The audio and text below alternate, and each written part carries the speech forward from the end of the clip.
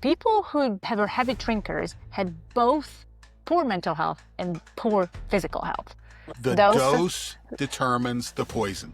like, I would just love to geek out on it and really see, is that lower resilience and just increased allostatic load really correlates with a potential ACL injury? There is a definite cost of smoking. Okay. There is an absolute cost to drinking, and you've got to decide, is it worth it?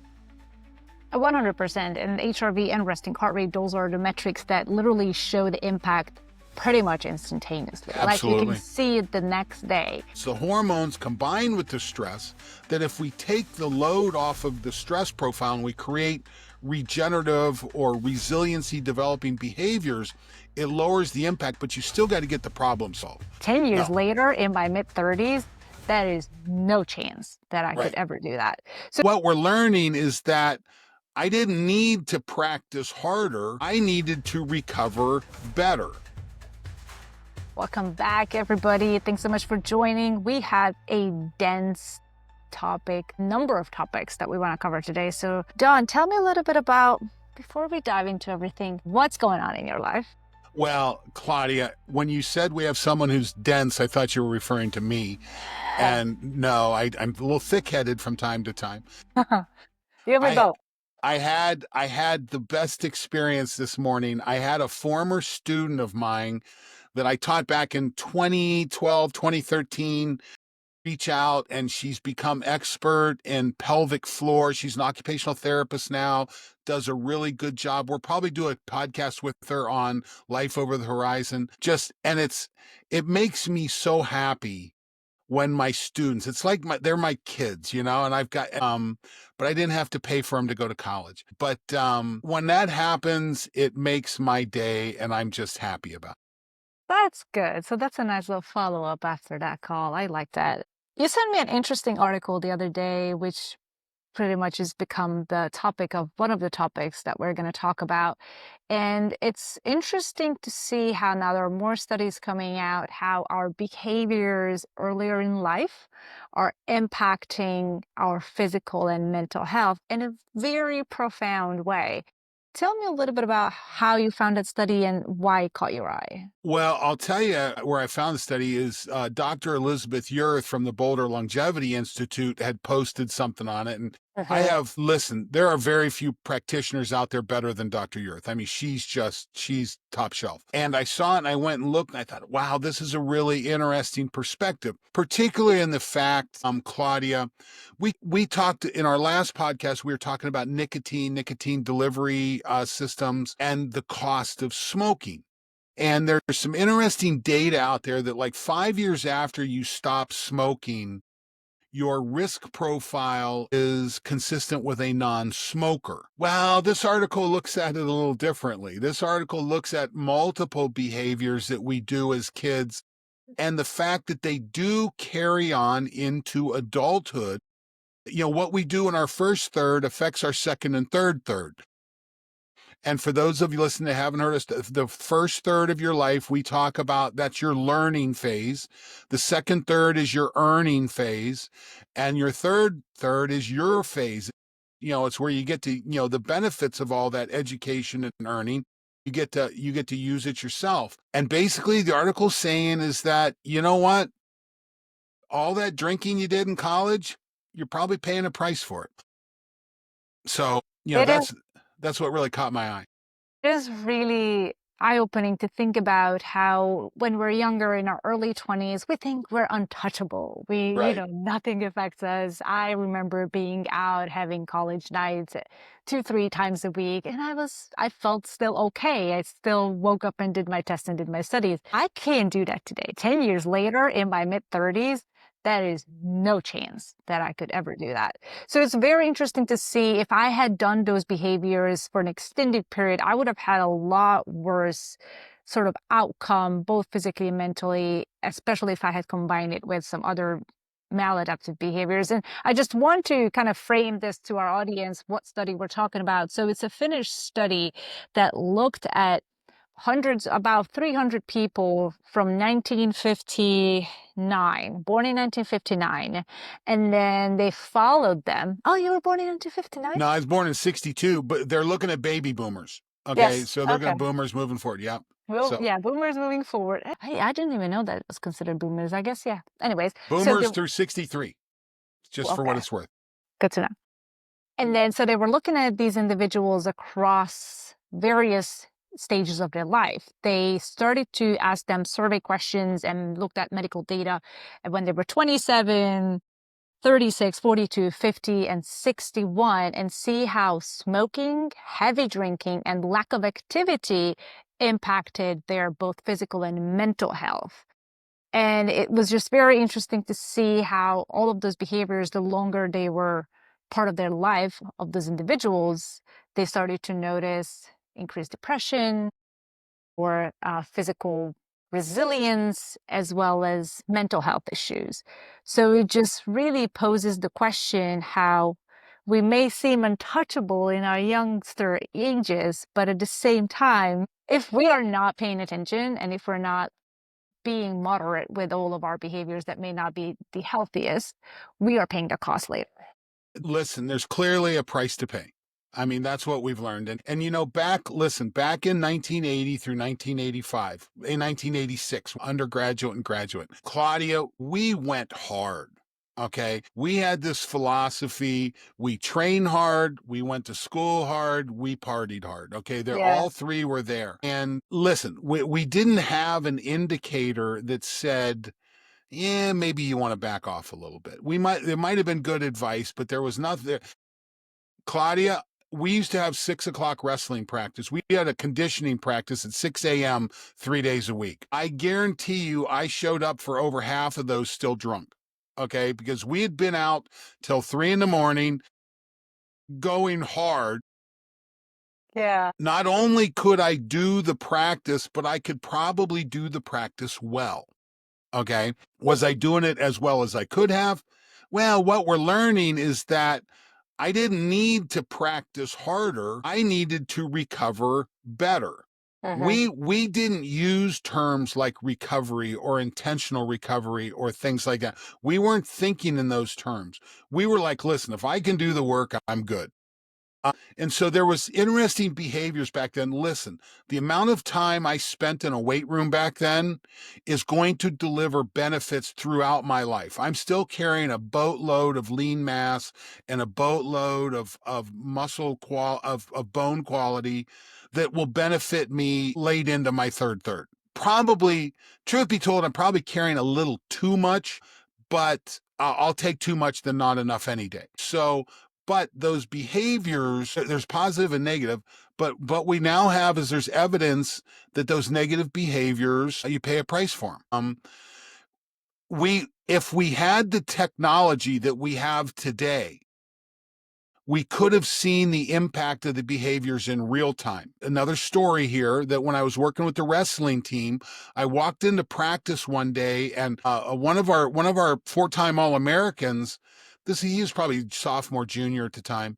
He says, Coach Moxley, he says, would a hell a game of Fortnite affect my HRV? And I'm like, Luke, I said, if I walked into practice and I pointed a gun at you, would you have a fear response? He goes, yeah. I said, well, your brain doesn't know whether I'm pointing a gun at you or the computer's pointing a gun at you. It knows that you're being shot at and you pay a price for that. And so he approached me after practice and I said, I just want you to shut down your Fortnite play several hours before you go to bed. And we see this come up in the things that we do. So yeah, those behaviors, you pay a price for them.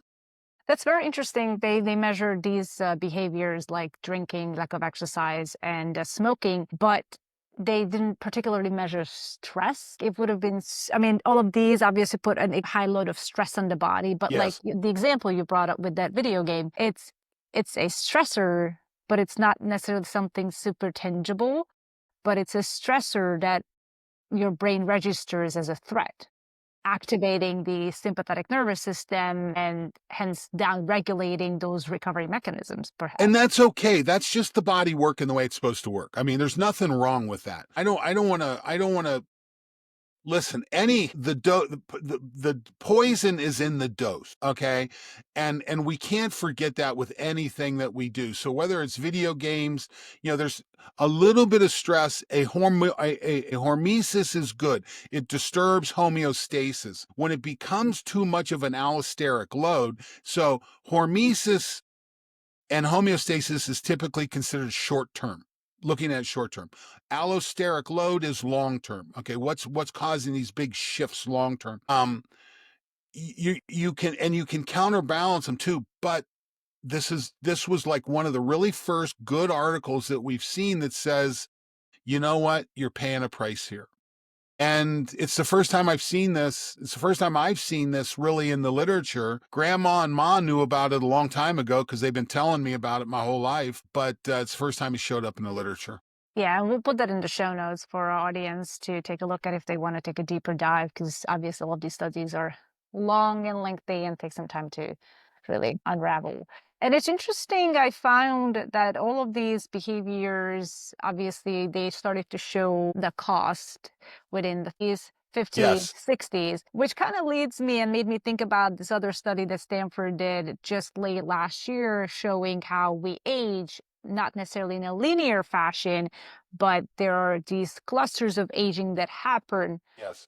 at certain times at 44 and at 60. That's when the body goes through these different physiological changes that potentially could accelerate aging, um, to a point where you notice a little bit more brain fog, a little bit more abdominal fat. Things are changing inside your body. And if you have participated in behaviors that this other study talks about, those impacts and those signs of aging are probably a lot more prominent in that age of 44 and 60 than if you didn't. Yeah, the evidence is there. And the challenge, listen, we again going back to models that we've talked about on the podcast. We've talked about illness is 0 to -10. As we develop symptoms and they get worse, -10 is dead, 0 is asymptomatic, and really 0 is healthy. Not only is it asymptomatic, but there's no problems brewing. And then symptoms start to pop out at -1 or -2, and we start treating those. That's how our healthcare system works. The other side of this is going from 0 to 10. How do I go from where I'm just Joe Bag of Donuts out there with and everything's fine to where I become an Olympian? How do I optimize? How do I maximize? Oh, they're all the same organ systems from +10 to -10. It's the same organ systems, cardiovascular, neuromuscle, across the board. But as we think of optimization, again, what we're learning is the negative impact from negative behaviors comes early. Claudia, everyone's talking about make America healthy again. Okay. And I was having this conversation with my brother the other day, and he says, I'm the only person that walks out of a store with food that doesn't have a food label on it for the most part. And I said, Tim, that's really good. I go, that's not where the boundary is. 11 million people in this country still smoke. Okay. I forget, I had the data on the alcohol industry. There is so much alcohol that is consumed. And I don't want to minimize the marginal value of a minimal intake of alcohol. But if you want to make America great again, stop selling refined sugar, stop selling processed tobacco. And what's the third one I'm looking for? We get upset with fast food and things like that, but you know what? There can be proteins and fats there. You get the processed carbohydrates down. It's not an awful decision at some point in time, but approaching this thoughtfully is really important. And then we go to the other side of understanding the impact of chronic stress Yeah. and that chronic stress impact on vagal tone and the entire operation of our body. It's ridiculous. So the beauty of youth that we thought kind of erased the negative behaviors may not be there. And it's interesting you mentioned how alcohol and smoking, they're still pretty prevalent in this country. And I found it very interesting how this Finnish study pointed out that those people who had high levels of smoking, they had poorer mental health. People who Hmm. had physical inactivity, they had poorer mental health. People who were heavy drinkers had both poor mental health and poor physical health, which just shows how detrimental alcohol consumption can really be at almost any level. But obviously, this study was looking at heavy drinkers. Yeah. So This is what I love about HRV work. Whenever someone says, "Hey, what should I get?" and we tell them about the device, and I usually recommend an Aura ring, and they call me about 2 months or 3 months after they've gotten, it, and they're like, "Well, this thing's really impacting my drinking because it's the first time they have a direct impact." They're able to see it's, and as I was explaining to my daughter, my student this morning, as I was explaining to her, I said, humans like dashboards. We like to be able to see what's, if I hit the accelerator, the speedometer goes up. If I hit the brakes, it comes back down. We like, so the question is, what's the impact of the alcohol speedometer? What's in, so as we talk about biohacking, listen, we just did a whole episode on the value of caffeine and the value of nicotine. There's a value there. There is a definite cost of smoking. Okay. There is an absolute cost to drinking, and you've got to decide, is it worth it? 100%. And HRV and resting heart rate, those are the metrics that literally show the impact pretty much instantaneously. Like you can Absolutely. see it the next day. And I think that's why a lot of people who do start to measure these metrics with some type of wearable, this is the first behavior change that they begin to make. They start to drink a lot less frequently if they were drinkers in the first place. And that was one of the first eye-opening things that I noticed too. Well, that, and if I had a late night meal, how much my resting heart rate and HRV responded to both of those. And it just really helps connect the dots. And once you understand how your behaviors impact your physiology, there's a lot more motivation to make a positive change and Absolutely. stick to it. Yes, Because it's just absolutely. not worth it to wreck your system. Well, you can now put a number on it. There's a, listen, I've wrecked my system thousands of times, and you wake up and it's like, oh my God, how did we get through that night? But I'll tell you, I stopped using alcohol with the exception of, like, I may get together with my friends once a year. We drank a toast to a part of my crew. My crew started to die. So I'm at that age where some of my contemporaries are starting to leave us, and we all got to dinner last fall with and we had an entourage. I mean, we had a bunch of guys. It was all football players and wrestlers, and and we went hard.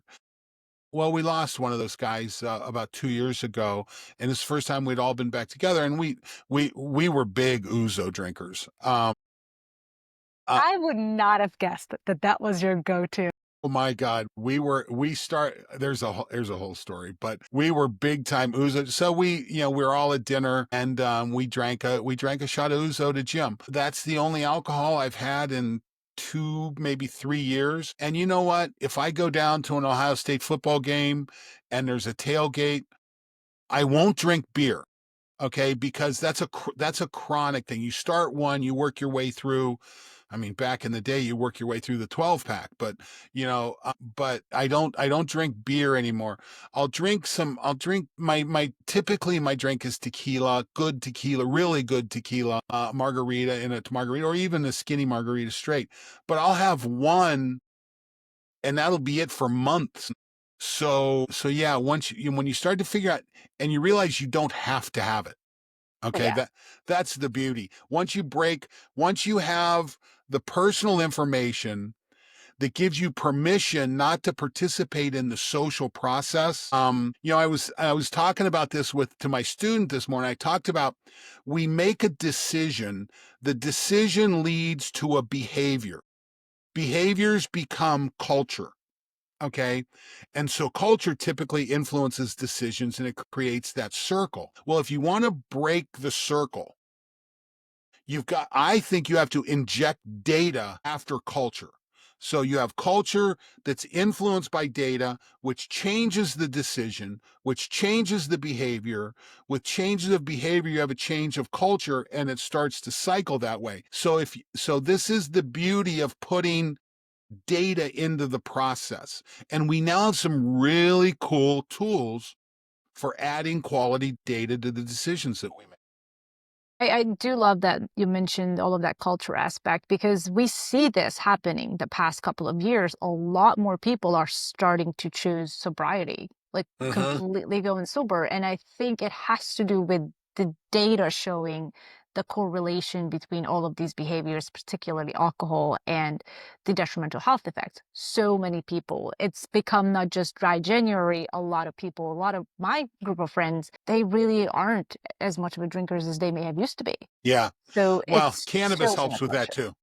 I'm sure. It doesn't have near the negative impact. May actually, you could argue that it has a positive impact when done correctly, but you can get the mood shifting with it, and it doesn't have a huge negative effect. It's so the evolution of cannabis helps with that. I've seen some studies that are coming out with its impact on long-term brain health, short-term memory decrease. Depending on volume, the dose determines the poison. Yes. I like that. Yeah, that is our tagline. I do like it. It's true. It's Yeah. true. But Yeah. listen, when you've got all the brain chemicals working, when your dopamine, your serotonin, your anandamide, when all these are coming together, you feel good. Again, when I go down to an Ohio State football game, there's culture, and the culture is to consume alcohol in huge amounts. Okay. And listen, you can't watch television during a sporting event and not just get overrun with alcohol. The only thing that's competing with alcohol commercials right now are betting commercials, which is also another dopamine driver. But yeah, and that's where the culture is. But at an individual level, being able to take a look at what you're doing, and again, what we now have, and again, back to the article, we have this pretty unique article looking at this saying, hey, these behaviors, there was a price that was paid for these people. So that's why I thought it would be good for us to talk about. And I think a lot of, and I just wanted to go down just a tiny bit on a rabbit hole from the physiological side so our audience can understand what really happens on a level that you can't see on the surface and you Hmm. can't measure with perhaps a wearable. But a lot of things start to shift biologically and physiologically in those years and 60s, and that has to do with metabolism. You know, your metabolism may shift to becoming less efficient. Your mitochondrial function become potentially less efficient as well, meaning your body's not producing energy at a level it used to. And then when it comes to fat metabolism, your body may not become as, may stop being as efficient in metabolizing fat, hence why a lot of people in their older ages begin to develop a lot more abdominal fat, which could be a higher rate of visceral fat, that fat around the organs that are metabolically active, that are really exuding not Yes. inflammatory markets, Yeah. inflammatory proteins, which initially is fueling that inflammation that many people experience later in the ages. And then when it comes to like immunity could go a little bit lower, inflammation increases, your blood brain barrier becomes a lot more permeable, so toxins can enter your Hmm. brain a lot more easily, if that's the correct Hmm. way of saying it. Yeah. And that just leads to that domino effect of fatigue. Your neurotransmitters can be out of whack. So you are reaching for more dopaminergic substances or behaviors. So it's just a whole host of interconnected, massive, the thing that people used to knit, Hmm. those threads that are super connected. It's just what everything just connected and it's wired all kinds of different ways. And behaviors can trigger it to be worse or It's better. I love the knitting analogy, but the yarn is hormones. Okay.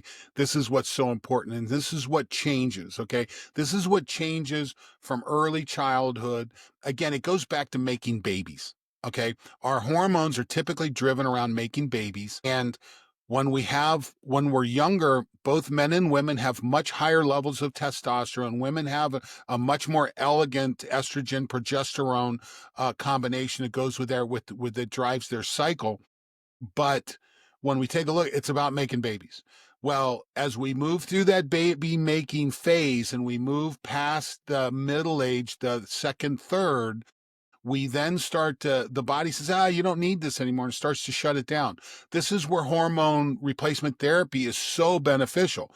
This is the beauty of the time that we live in. We have great data that shows that, listen, you know what, Claudia, I think I probably said this to you on the podcast before. I'm pretty sure you've done it. If you don't have a Dutch test yet that looks at your hormones in a premenopausal phase, you should get one. So that as you move through and you move past menopause, your practitioner has something to calibrate your physiology to. And this can be really, really positive. Men are simple. I mean, we have one freaking hormone we deal with for the most part. I mean, we're pretty simple, dumb and simple. But and women are so much more elegant in this phase as we move through this phase. But hormones is the thread. I was in a conversation this week with a friend of mine, and we were talking about GLP, which we've talked about in the podcast. I think episode 7 or 8, we talk about GLP-1s. Coming out of undergraduate and grad school back in the early 80s, we used the term thermodynamics as what determines weight loss. Okay, calories in, calories out. I actually heard Peter Attia use this term again on his podcast a month or two ago. It's not thermodynamics. It's hormones. Okay. That's why GLPs are delivering what people are looking for. They're losing weight because they're modifying their hormone structure. This is the reason men are doing better later, because they're doing TRT. TRT doesn't lead to a risk of cancer. It lowers the risk of heart disease. This is why women are so much beneficial postmenopausal when they get their hormones, or even premenopausal. If you got someone who's super testosterone oriented, that this is when you're going to start to get into a lot of the PCOS and things like that. But we take it one more step. Those hormones, which may get influenced, will wind up being reflected through our stress profiles. So it's the hormones combined with the stress that, if we take the load off of the stress profile and we create regenerative or resiliency developing behaviors, it lowers the impact, but you still got to get the problem solved. So, those things come together. It's interesting because those hormones, the epigenetics, the impact of the vagal nerve, these are all key tools in monitoring this and managing as we go through life. I love how you started to talk about hormones, because it's a perfect segue for us to dive into this other article that you sent me just a few days ago that was on NPR, talking about how women experience more ACL injuries, Mm-hmm. knee injuries. And it was very interesting. And it's funny because I am a woman who experienced ACL injury while playing intramural soccer back in college.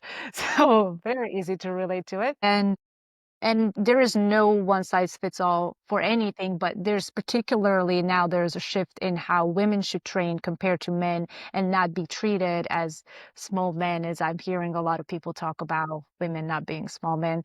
So tell me a little bit about that article. Like, why did it pique your interest? Well, I think it's awareness is the big part of it. Why did it pique my awareness? I'm the father of a daughter who was a college athlete. Okay. I'm a father. So her father had a knee surgery every year he was in college. Okay. I had 5 scopes. I had a scope every year. It was like going and getting the oil changed on the car. And now I had ruptured an ACL and I didn't have it rebuilt because the surgery, doing it back then, was just messy surgery. I'm like, you're not doing that to my knee. But so I have an awareness, and I recognize the fact as an academic that women are 6 times more likely to blow an ACL in a college sport than a man is. Okay.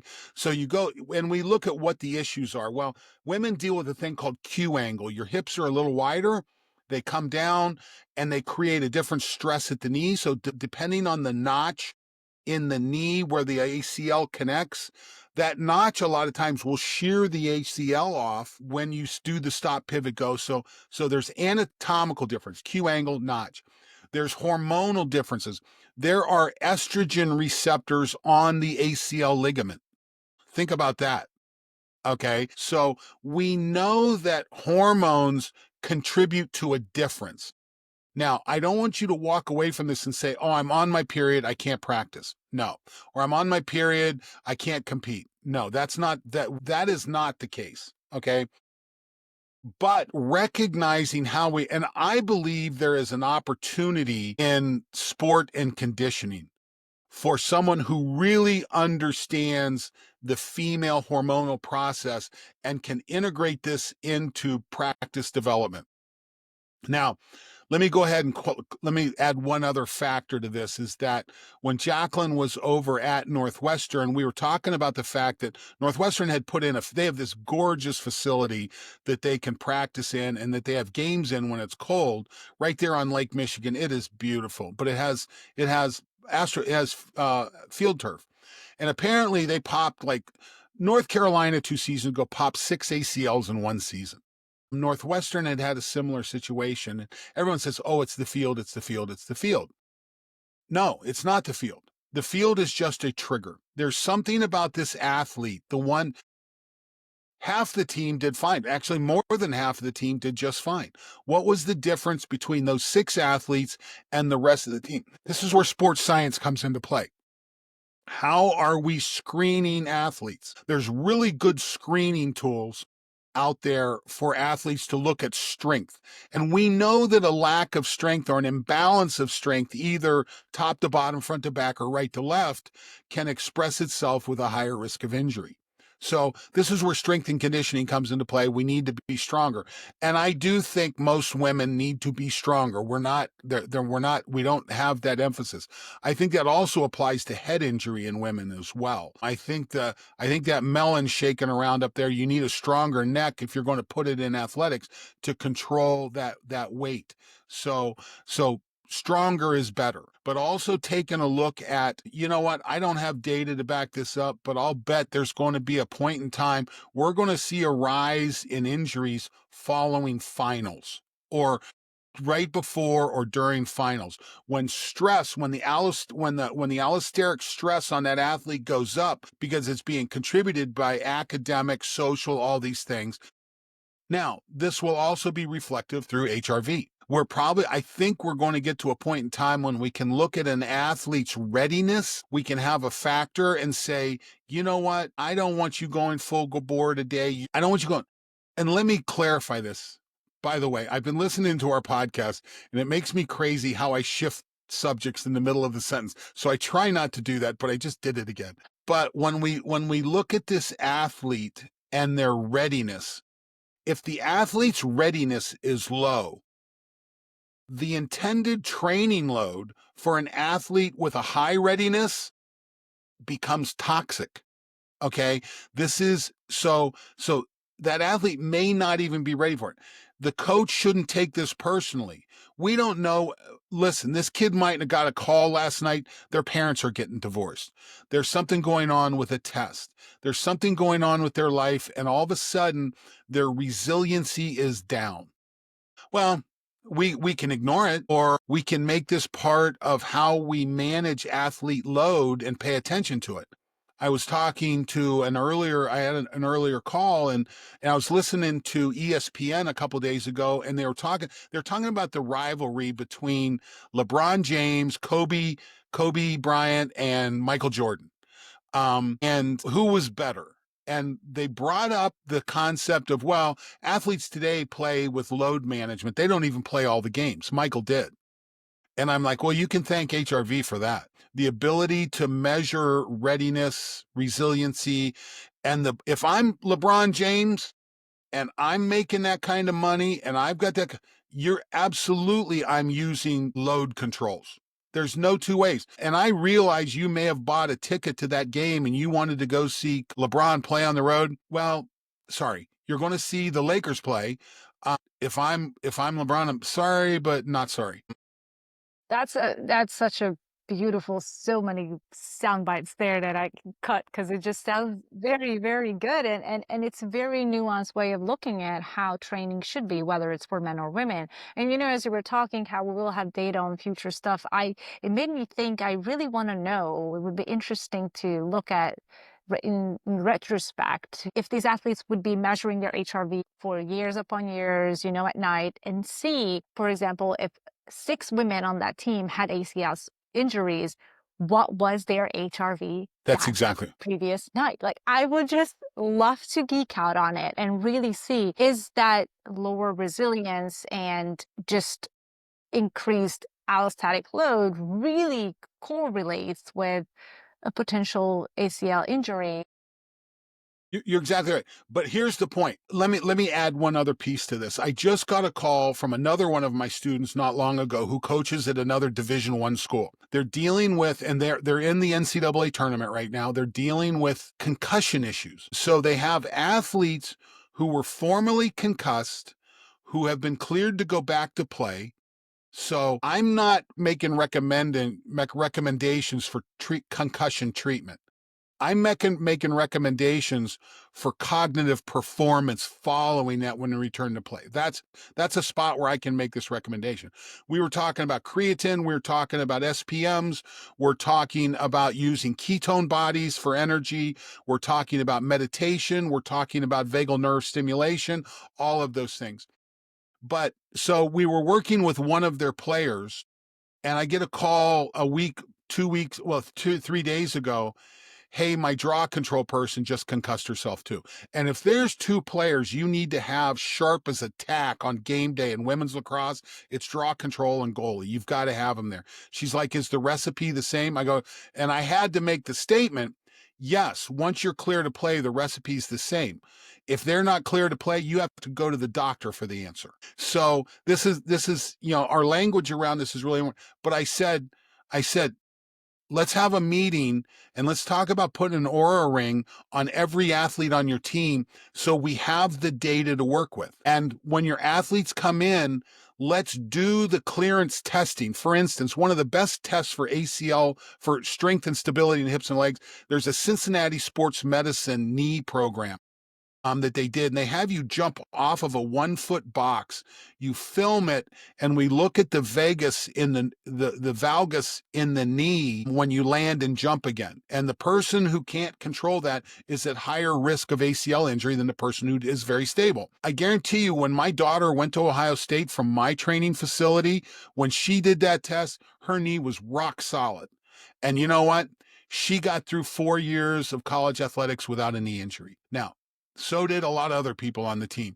But coming from a family that has a world of knee injuries, every time she stepped on that field, there was something in the back of my neck that was just like, man, I worried about it. Every game, hockey, lacrosse, all of them. But as we take a look at it, the more data you have, the more you're able to work out, is this signal or is this just noise? And how can I make better decisions? And the more data you have, the more you can make better decisions as a coach or as a leader.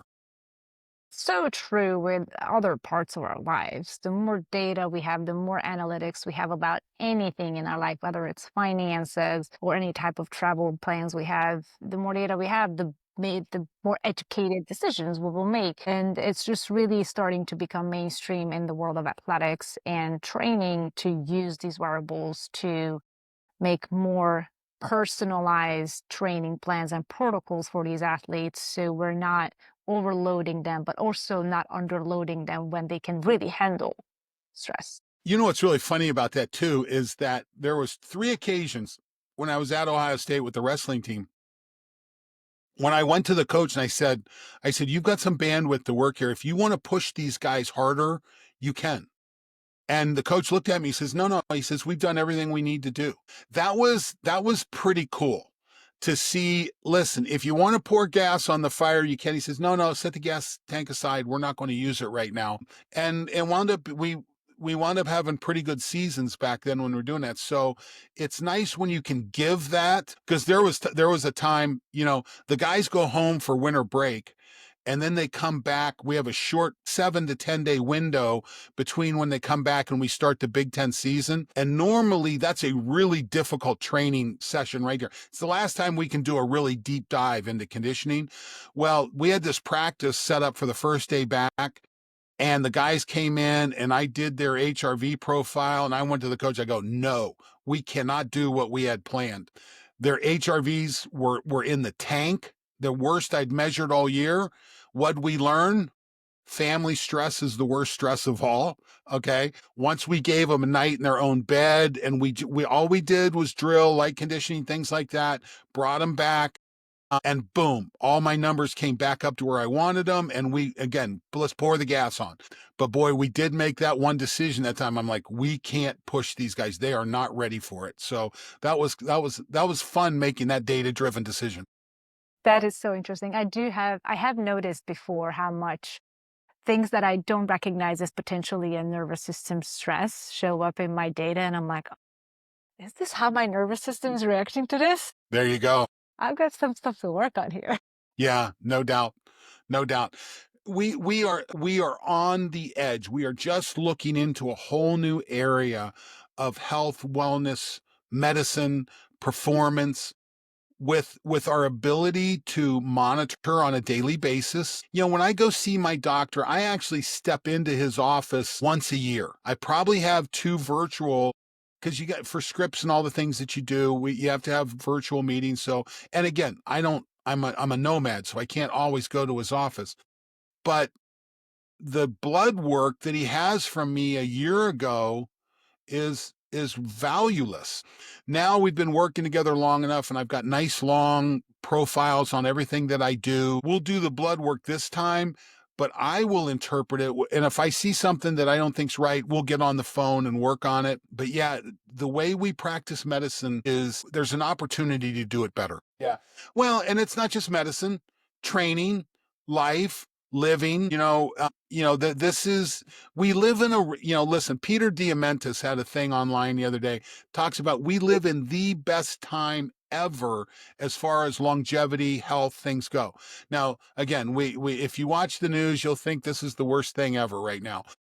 We are at the But best time. Go for it. yeah, we're in the best time. And with the evolution of some of the wearable technology and the stuff that we're seeing, it's just getting better. And again, we're going to have wearable tech a decade from now that we're not even dreaming about right now. But it's going to be game changing. There's people in labs figuring this out, trying to look at these things, and they're going to deliver to the market something that we can buy with the money in our pocket. Yeah, there are only two things that are certain in our lives today, that we all are aging and we can all do better. Aging's good. It means you're breathing. If you're not breathing, that's not a good Yeah, place the to be. alternative is not Yeah, great. yeah. The alternative to aging is bad. Yeah, but I'm also very interested and excited to see, hopefully it is some scientists in the world, I'm hoping, are working on a continuous insulin monitoring. I They think we are. talked about this Yeah, because I would love to be an early adopter of that. totally agree. So I actually, in my drawer, I have a continuous ketone monitor Yes. that I picked up down in Texas a couple years ago. And I said to them, I go, when are you going to measure insulin? And they're like, well, we're working on it. So they must not have it quite yet. But yeah, if the earlier we can move to look at insulin, right now we're looking at sugar, and that's way down the pathway. It's almost too late. A1C and sugar, it's the measurement that we have, but it's almost too late. When we learn to get insulin, that will be very valuable. Okay. Is there anything we haven't talked about that we thought we were going to? But I think we've cramped a lot of things I into. think we've crammed a ton into this 45 minutes we've been going. I think we get ready to say uncle Let's and give them some takeaways, our okay. audience. Let's give them some So take. the takeaway that I have, and as we look at this, you and I talked about it when we started recording, understanding the vagal nerve's impact on all of your body systems is really interesting. And we are going to try to, as we go through the podcast, to elucidate this for you. We're going to try and work on this, but I haven't totally come up with the language yet. Stress can be positive or it can be negative. Program stress is exercise. Program stress, these sauna, things like this, they can be very beneficial.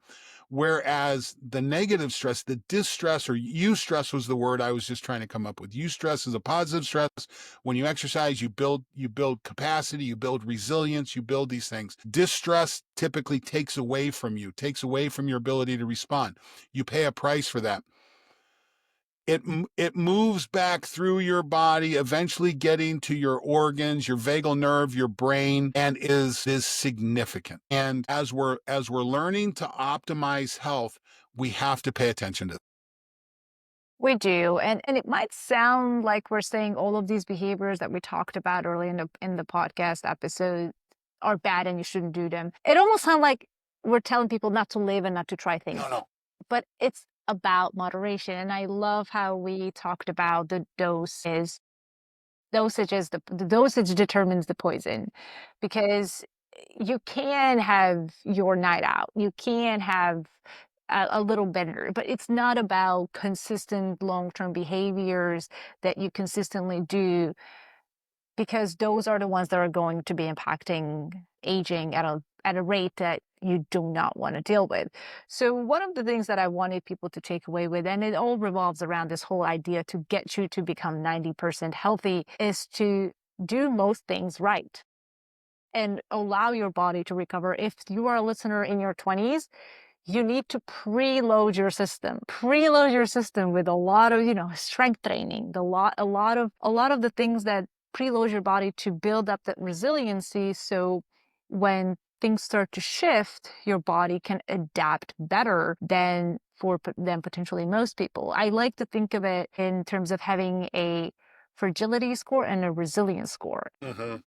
How are you balancing those? And the more good habits you have, the higher your resiliency is, and the more bad habits you have, or the lack of good ones, will increase your fragility score, which you will pay quite a cost. There's risk with that.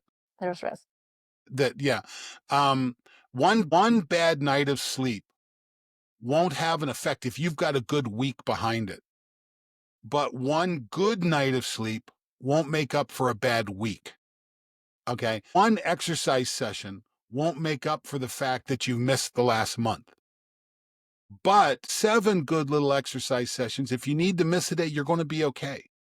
Yeah, that bender, you got to make sure you got enough money in your resiliency wallet for the bender, because there's a price to be paid. Yes, that's why we want to get you to be 90% healthy so you can fall off a wagon and your body can wiggle in that 10%. Occasionally. Occasionally, not much. I don't really do that anymore a lot, but it's not. Well, I was just thinking, at some point in time, my daughter will get married, I hope. And I've got a feeling I may be on a bender that day. Who knows? I may be just an emotional mess, though, too. That could be the case, though. Oh, yeah. But yeah, but I don't need to do that anymore. Yeah. And it's okay. When I Yeah. went out to my dinner with my buddies, they were all drinking a lot of wine. I didn't. We drank a shot, and I got through the night, and I was good to go. Yeah. That's all you need. That's very cool. And it's awesome that, we recognize, and I'm happy that I have learned to recognize all the things that I need and all the things I need to do in order to feel great, and what are some of the little tweaks I can do to help my body recover from whatever not healthy decision I may have made the day before. It's a little cool. By the way, the alligator I saw you holding on social media yesterday, did you give it a kiss? I didn't. That's what my brother asked. Did you kiss it? I'm like, I You didn't. got to give him a kiss. I didn't. I felt bad. I felt so bad for those animals. I saw there was, okay, so the sanctuary, they had a tiger in Oh a my. small cage, and it did not look happy at all. And I'm like, this shouldn't be like, Yeah, but yeah, environment, but we'll talk more about that as we go. yeah. Okay, well, as always, we are so grateful for you for tuning in, for watching, for listening wherever you are, and bring in your questions. I'm seeing a lot more comments pop up here and there on different platforms, so we love Thank you that. for the comments. Again, we are so grateful. If you have questions, let us know. You can either reach out to us on social, or you can reach out to my website, trainrecoverwin.com, or reach out through social media. If you have questions you'd like us to cover, we'd love to hear them. We would love that. And of course, as always, subscribe, and we'll see you next week. Have a great day. Have a good one. Go Bye. kiss an alligator.